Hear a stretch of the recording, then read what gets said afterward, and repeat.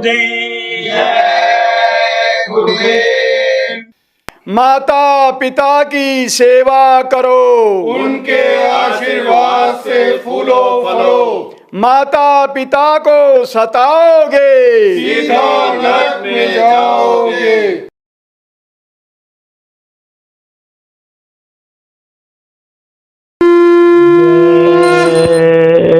गुरुदेव। अब डगमग डिगमिग कायंत हुआ, अति निकट दूर का पंथ हुआ। आँखें खोला देखा कगार, सरकार तुम्हारे हाथों में, गुरुदेव तुम्हारे हाथों में, भगवान तुम्हारे हाथों में।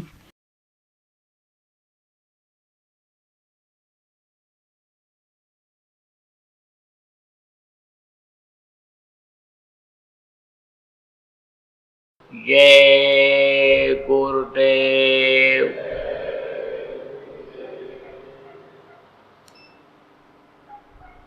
सर्वसमर्थ सर्वत्र अस्मरणीय परम पूज्य गुरु जी महाराज,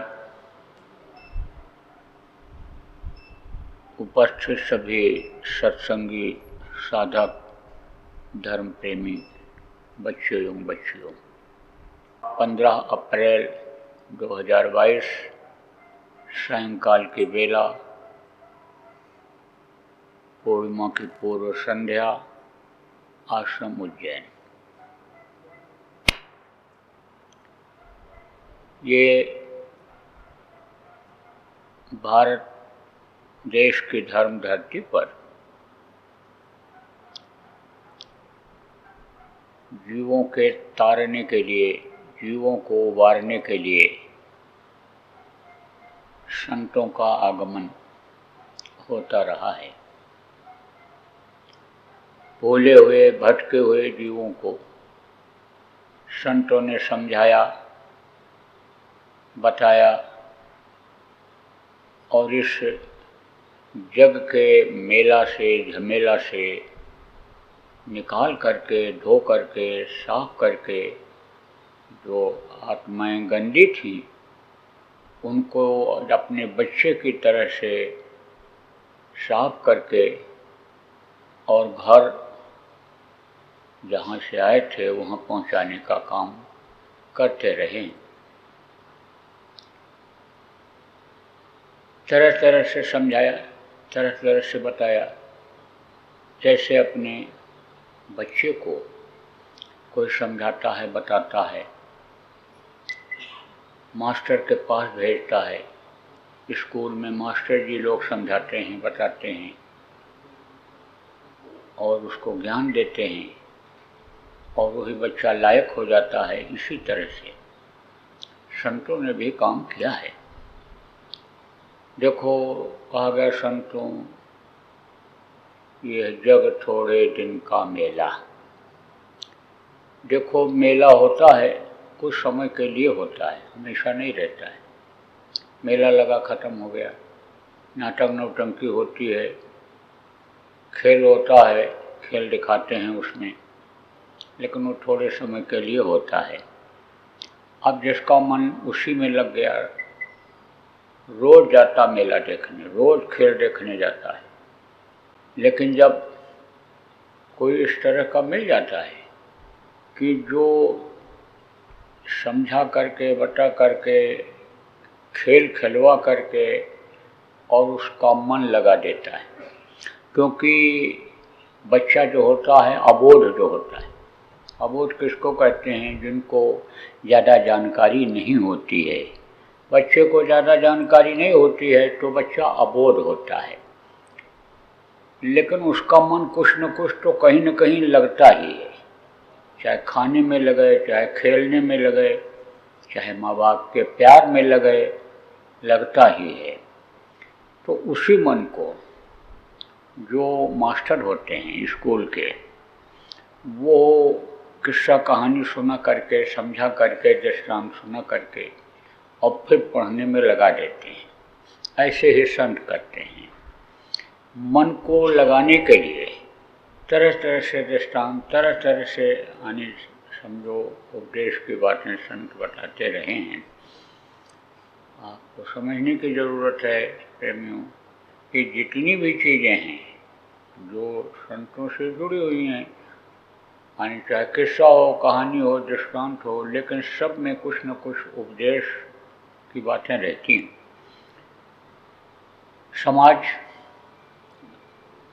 में जिस तरह के लोग रहते हैं, बच्चा उसी तरह से पलता है और बढ़ता है। आप ये समझो, और वही आदत आती है। जैसे अच्छे जो लोग हैं, अच्छे घर में पैदा हो गया तो अच्छा संस्कार पड़ता है, बुरे लोगों के यहाँ पैदा हो गया तो बुरा ही संस्कार पड़ता है, क्योंकि बुराई ही सिखाते हैं। तो एक चोरों का गांव था, चोरी करना ही वो अपना पेशा बना रखे थे, और उनको जो शातिर लोग थे, जो एक्सपर्ट जिसको कहते हैं चोरी में, वो यही सिखाते ही थे कि किस तरह से चोरी करो, किस तरह से निकल जाओ, किस तरह से क्या करो। जैसे कचड़े में कोई चला जाता है, कीचड़ में चला जाता है और उसमें से निकाल करके ले आता है कोई चीज़, अच्छी चीज़ ले आता है, ऐसे ही निकाल करके लाते रहें। आप समझो इस तरह से महात्माओं ने समझाया। चोरों के गांव में गए, बोले कि हम चोरी नहीं छोड़ेंगे, आप कुछ भी करो। तो उन्होंने कहा ठीक है, आप एक बात मेरी मान लोगे? बोले मानने लायक होगी तो मान लेंगे। तो कहा जितनी भी चोरी करो वो लिखते जाओ कि हमने इतनी चोरियां की, अब हमारी इतनी चोरी हो गई। महीना भर में जब गिनती किया तो कहा बताओ इतनी चोरी हमने किया, इतने लोगों का दिल दुखाया, इतने लोगों का लूट करके लाया। ग्लानि होने लगी अंदर, क्योंकि बीज तो डाल ही दिया था, संस्कार तो डाल ही दिया था, ज्ञान तो कुछ न कुछ बातों का दे ही दिया था उनको, और वो सुधर गए। तो महात्माओं ने बहुत सुधारने का लोगों के काम किया।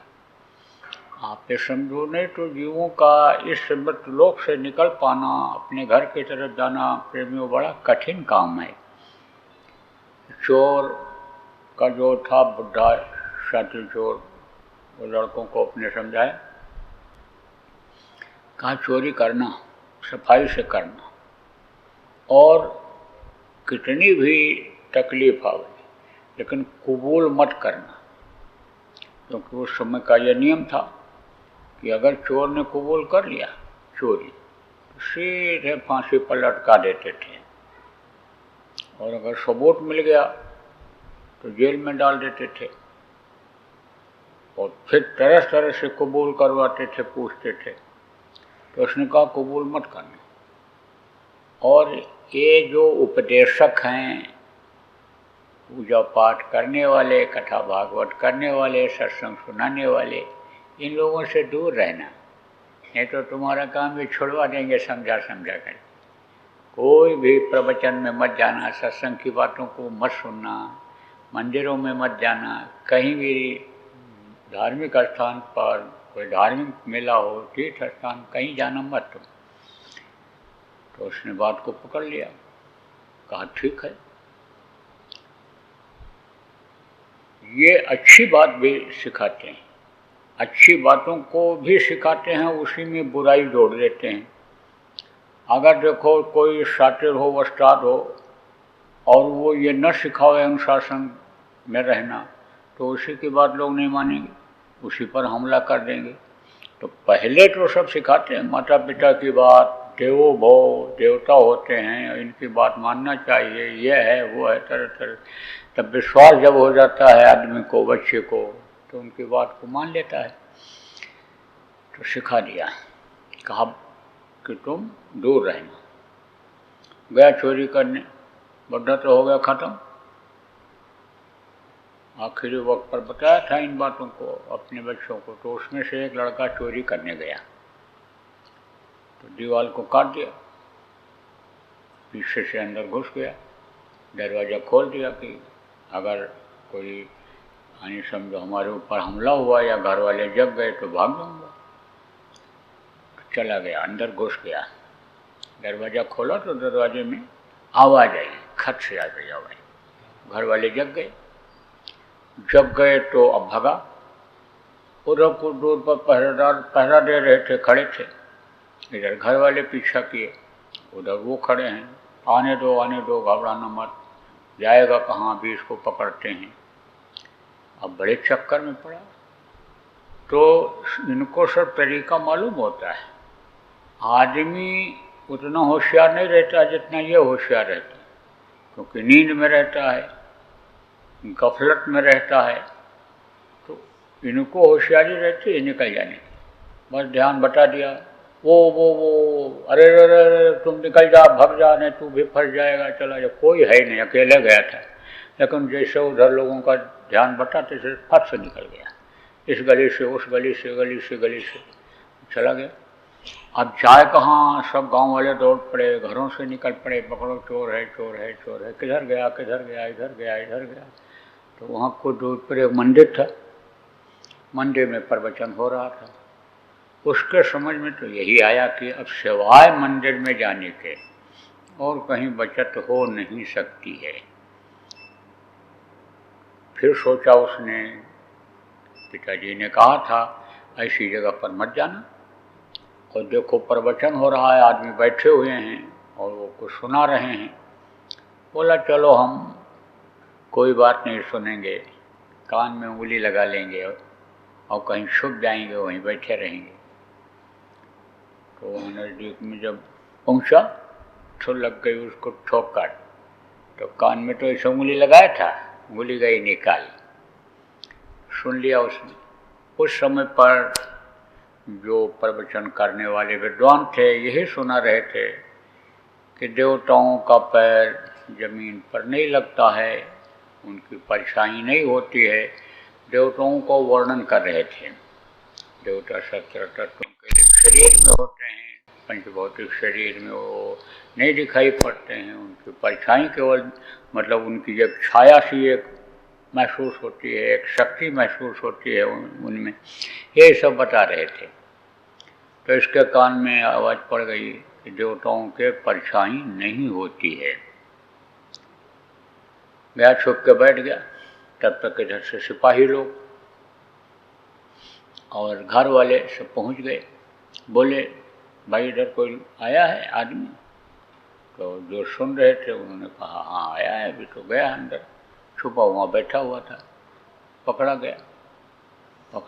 तो पुलिस वालों ने तो किया तो नहीं, कटे कर्म। जब पड़ा तो उसको तो बताना था नहीं, बात तो याद थी।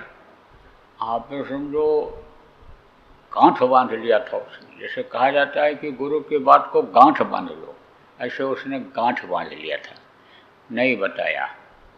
राजा के सामने पेश हुआ, राजा ने भी कहा शक्ति से पेश आओ, वहाँ भी मार पड़ी, नहीं बताया। लेकिन अब जो लोग इसको पहचान लिए थे वो लोग भी पेश हो गए, बोले यही था। बंद कर दिया गया जेल में। अब जेल में वहाँ जब गया तो पहले ऐसी कोठरी होती थी जिसको काल कोठरी आजकल कहते हैं, जिसमें न कोई बिजली, न पानी, न रोशनी, न कोई ज़्यादा घूमने की जगह। जैसे फांसी देने जिसको होता है उसको कमरम बंद किया जाता है, फांसी गारद कहलाता है। बहुत मोटी दीवारें होती हैं, बहुत मोटा दरवाज़ा होता है, कोई चीज़ वहाँ कुछ नहीं। एक तो बर्तन ऐसे रख देते हैं, उसमें पट्टी पेशाब करो, उसमें पानी पीने का एक बर्तन रख देते हैं, उसमें पानी पियो, उसमें भरो। ऐसे ही होता था, क्योंकि सज़ा भोगने के लिए वहाँ भेजा जाता था। हमको जेल क्यों आना पड़ता? तो आजकल की तरह से कोई साधन सुविधा भी नहीं थी। अब तो सरकारें भी सुविधा संपन्न जेलों को कर दिया। और बहुत से लोग जिनको बाहुबली कहा जाता है वो जाते हैं, अपनी सुविधा बना लेते हैं, सेटिंग कर लेते हैं। पहले ऐसा नहीं था, सजा वाली जगह ही वो थी जेल, तो बंद कर दिया गया उसको कोठरी में। अब ये हुआ कि उस केस को ले लिया राजा के सिपाहियों ने, और अब उनको तो पता लगाने को हुआ, जैसे आजकल की सरकारें हैं, जगह जगह उनकी व्यवस्था है कि केस को सरकार ले लेती है और पता लगाती है। जब कोई घटना हो जाती है तो पता लगाती है सरकार। ऐसे ही सिपाही सब पता लगाने लगे कि भाई कैसे कबूलेगा वो, तो होते हैं ये आपके बहरूपिया। बहरूपिया किसको कहते हैं? कभी तो राजा बन जाएंगे, कभी देवता बन जाएंगे, कभी सिपाही बन जाएंगे, कभी दरोगा बन जाएंगे, कभी इंस्पेक्टर बन जाएंगे, कभी व्यापारी बन जाएंगे, कभी भिखमंगा बन जाएंगे, भीख मांगने लगेंगे, तरह तरह का वेश वो बना लेते हैं। तो सिपाहियों ने एक पकड़ा उसी को, यानी बहरूपिया को। उसने क्या किया, देवी का रूप बनाया, देवी के लिए बनने के लिए कपड़ा उसी तरह का मंगाया, और समझो कि शेर के ऊपर जो है यानी सवारी किया बना करके एक गधे को, और उसको शेर बनाया और उस पर जो है सवारी किया। अब आप समझो कि उस पर देवी का बना करके मशाल लेकर के 4 हाथ बनाए, दो नकली लगाए, 2 तो उसके थे ही, और सेटिंग थी, तो दरवाजे जेल के खुल गए। और ये देवी का उपासक था, देवी को मानता था, चोर पूजा करता था, तो देवी के ध्यान में बैठा हुआ था रात को। और से दरवाजा खुल गया, जब जाने को हुआ, सिपाहियों की सेटिंग थी, और वो जो है बहरूपिया देवी का रूप करके वहाँ पहुँच गया, और उन्हीं के याद में था। और वो बोला बहरूपिया कि तुम मुझे याद किए तो मैं पहुंच गई हूँ, और मैं बहुत खुश हूँ तुमसे, तुमने बहुत हमको याद किया, तपस्या किया मेरे लिए। वो भी खुश हो गए कि देवी जिनको मैं याद कर रहा था वो मुझे आ गई। अब जैसे इनके आने पर खटाखट दरवाजा खुल गया और ये आ गई, यहाँ देखो कोई रोक टोक इनके लिए नहीं हुई, ऐसे अब हमारे लिए भी दरवाजा खुल जाएगा। तो मशाल की रोशनी से देखा कि परछाई है, तो उसको शंका हुई। देवी ने सवाल किया, वो जो बहरूपिया था, देवी बनी हुई थी, उसने कहा कि तुमने चोरी क्यों किया? चोरी किया तुमने, तुम मेरा भगत होते हुए तुमने चोरी किया? उसने देख लिया परछाई, बोलने ही जा रहा था कि देवी से क्या छुपाना, ये तो मेरे आराध्य हैं, मेरे सब कुछ हैं, ये इनसे मुझे क्या छिपाना है, इनको तो सही रही बात आप बता ही देना है, पिता की बात आप भूल जाना है, इनको तो सब बता ही देना है। तब तक देखा परछाई, बस उसको शंका हो गई। शंका हो गई तो शंका का समाधान भी उसने किया, और ऐसे गिरा, साष्टांग दंडवत किया, एकदम ऐसे गिर पड़ा उसी के ऊपर, और उसका एक हाथ गया टूट, और गधे की भी आवाज निकल गई। तो ये पक्का हो गया कि ये भाई कोई और है, देवी नहीं है। अरे बोला देवी जी, मैंने कहाँ चोरी किया, मैं कहाँ चोरी किया, आप देखो क्यों ऐसा कहती हो, आप मेरे आराध्य हो। ये आप सिपाहियों ने कहा भाई ये निर्दोष है, देखो देवी से ये झूठ नहीं बोला, आप तो समझो कि देवी इसके सामने आई, क्योंकि सिपाही लोग तो दूर खड़े थे और वो तो ये देख रहे थे क्या कहता है देवी से, तो वो तो दूर खड़े थे, लेकिन ये पहचान गया कि ये शेर ने, ये गधा है, और जो है वो ये इसका हाथ एक टूट के गिर गया, तो नकली हाथ है, पहचान गया, छूट गया। अब जब छूट गया तब उसने सोचा कि देखो पल भर के सत्संग से यानी हम जेल से छूट गए, तो अब अगर सत्संग सुना जाए महात्मा के पास चल करके, तो हमको और बहुत बड़ी चीज हासिल हो सकती है। तो पता लगाया कौन संत हैं इस समय, कौन महात्मा है, कौन पहुँचे हुए हैं, किनकी वाणी में शक्ति है, किनके पास पहुँचने से फायदा होता है, किनकी बातों को मान लेने से उद्धार हो जाता है, पता लगाया। तो कोई बात छिपी नहीं रहती है। छोटी मोटी बातें या छोटा फायदा किसी को होता है, कई लोगों को बताता है कि भाई सामान ये सस्ता मिल रहा है, चले जाओ ले आओ, हमको तो ये इस तरह से ये चीज़ मिल गई, हमने तो खेती में ये बुआई किया, अब की बार हमको आमदनी अच्छी हो गई। ये लोग बताते हैं, आपस में चर्चा करते ही करते हैं। इसी तरह से जिनको फायदा हो जाता है, चाहे सत्संगी हों चाहे दुनियादार हों, एक दूसरे से बताते ही हैं। कोई वैद्य है, डॉक्टर है, इलाज के लिए गए और इलाज किया उसने, मरीज ठीक हो गया, तो लोग एक दूसरे को बताते ही हैं। तो ऐसे ही पता लगाते हैं लोग। आप ये समझो, यह जो फायदा हो संगत में आने का, नामदान लेने का, ध्यान भजन नाम धुनी करना शुरू करने के बाद जो फायदा हो, उसको जरूर बताना चाहिए आदमी को। वो भी एक परमार्थ है, वो भी एक जो है दुख को दूर करने वाली चीज है। तो जब दुख दूर होता है इससे, तब उसका लाभ मिलता है, फायदा मिलता है। जैसे भूखे को भोजन खिला दो तो आशीर्वाद देता है, इससे आशीर्वाद मिल जाता है। पता लगाया तो महात्मा जी के पास गया, तो महात्मा जी यही प्रसंग सुना रहे थे कि भाई ये जीवात्मा कैद हो गई, काल के इस देश में आई और उसने कैद कर लिया, और ये जो मनुष्य शरीर है इसमें बंद कर दी गई।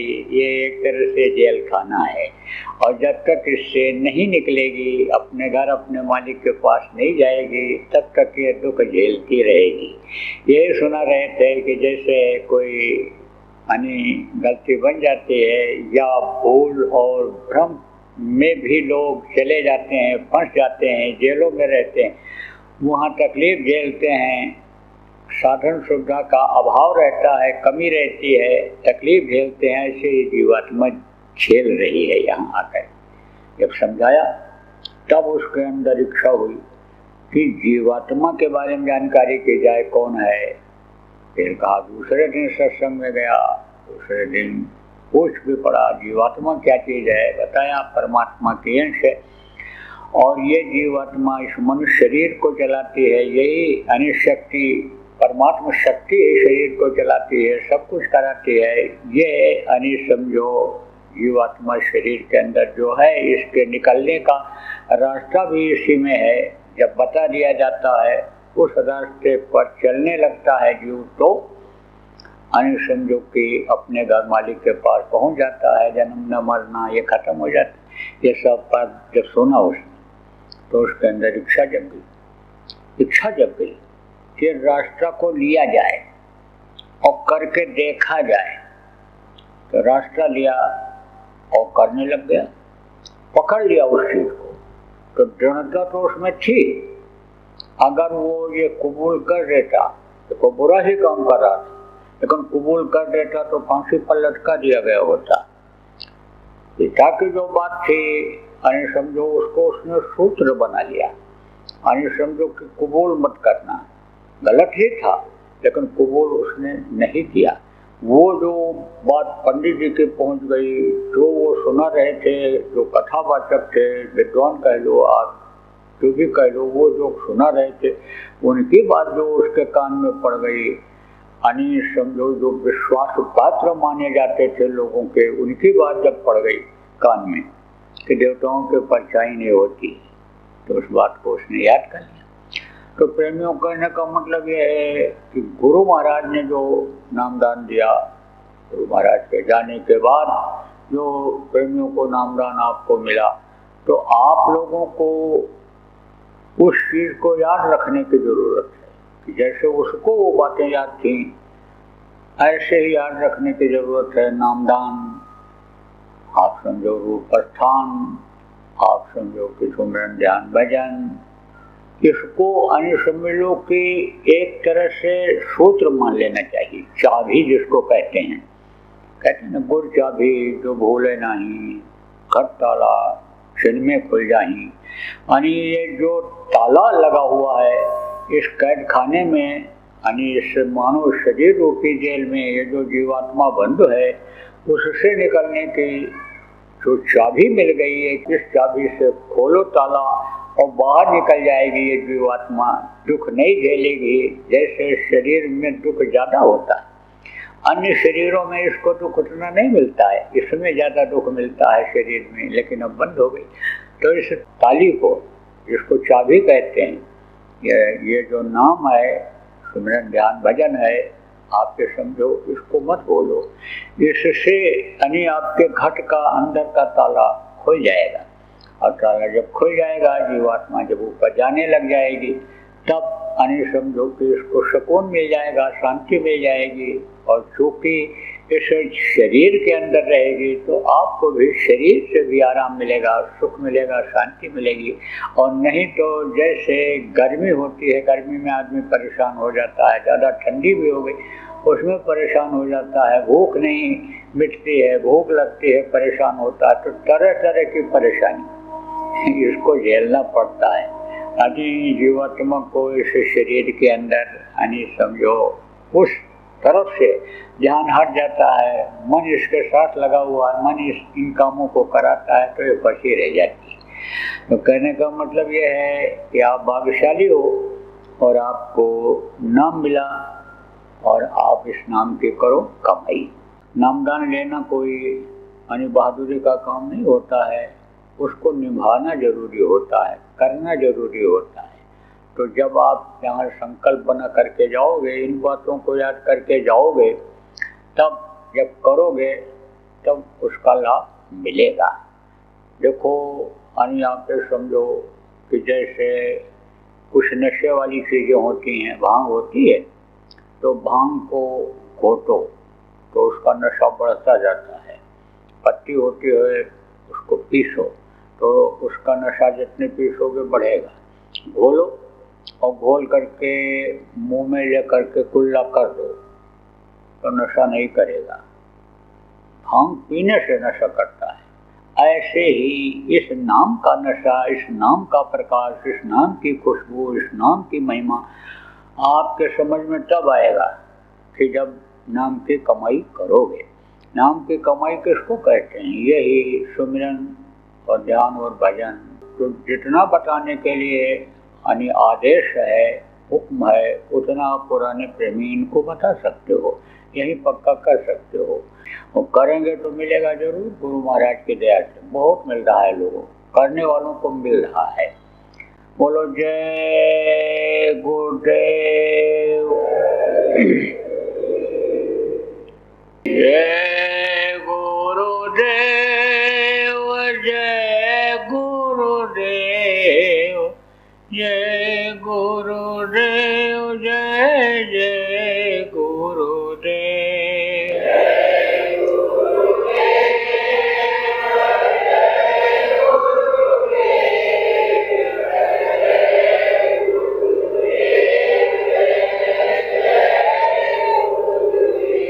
जय गुरुदेव, जय गुरुदेव, जय गुरुदेव, जय जय गुरुदेव।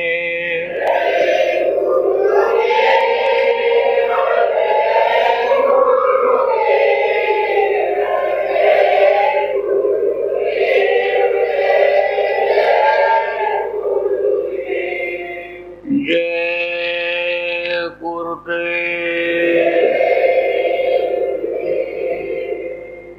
मनुष्य का जो भोजन है वो जड़ वस्तु है और ये चेतन है। चेतन एक जगह से दूसरी जगह जो आते जाते रहते हैं, ये चेतन है।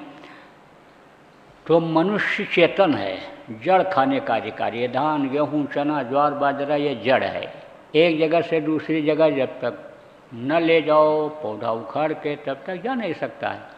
तो इसको खाने का अधिकारी है। इसको खाओगे बुद्धि सही रहेगी। फल खाओगे, फल फूल खाते हैं। और देखो ये गाय हैं, ये बकरी है, ये भैंस हैं, ये सब दूध देती हैं। किसके लिए देती हैं? दूसरों के लिए देती हैं। मनुष्यों के लिए ये बनाई गई हैं।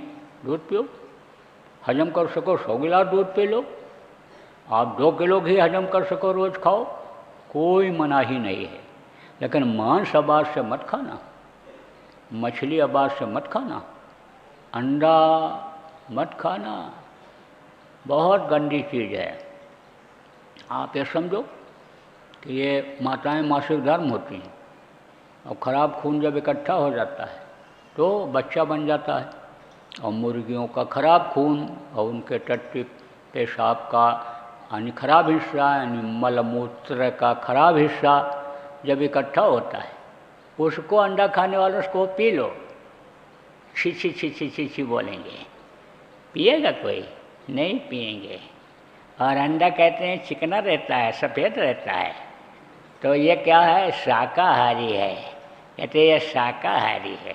बहुत से अज्ञानी जो डॉक्टर होते हैं, वैज्ञानिक अज्ञानी होते हैं, कहते हैं अंडा खाओ, ताकत आ जाएगी, ताकत आ जाएगी। ताकत क्षीण हो जाती है, खून बेमेल हो जाता है।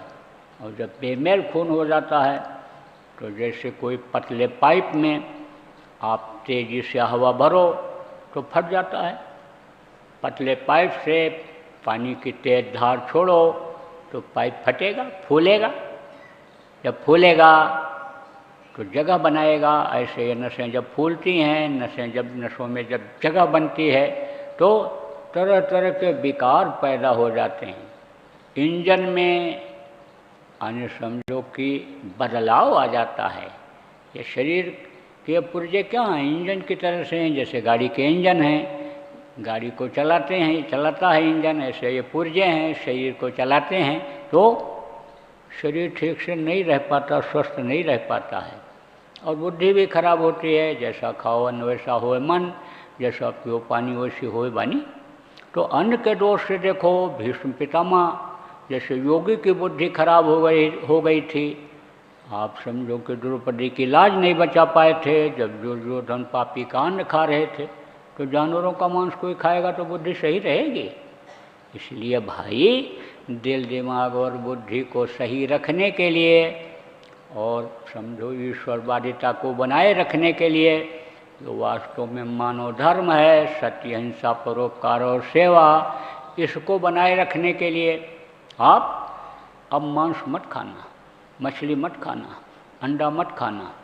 और शराब में 1000 बुराई, इसलिए 1000 बुराइयों वाली चीज़ को मत पीना कि जिससे आपके अंदर बुराइयां ही बुराइयां पैदा हो जाएं। कोरोना रोग की तरह से कीड़े ही कीड़े अंदर पैदा हो जाएं। तो ऐसा काम अब मत करना। अब तौबा कर लो, कान पकड़ लो, आज से छोड़ देना। अभी तक जो गलती किया सो तो किया, अब मत करना। जय गुरुदेव। अभी आपने बाबा उमाकांत जी महाराज के सत्संग को सुना। बाबा जी अन्य किसी से चंदा न लेकर अपने प्रेमियों के सहयोग से देश विदेश में तमाम जनहित के काम करते हुए सभी तरह की तकलीफ़ों को दूर करने व प्रभु के मिलने का उपाय बताते हैं। आप इस जीवन के इस बचे हुए समय में समय निकालकर बाबा जी से ज़रूर मिलिएगा।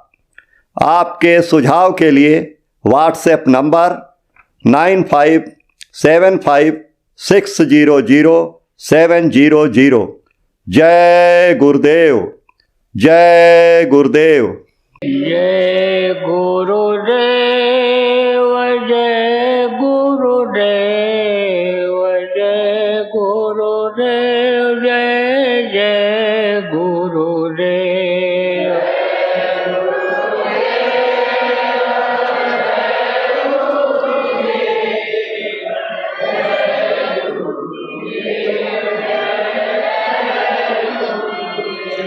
जय गुरुदेव, जय गुरुदेव, जय गुरुदेव, जय जय गुरुदेव।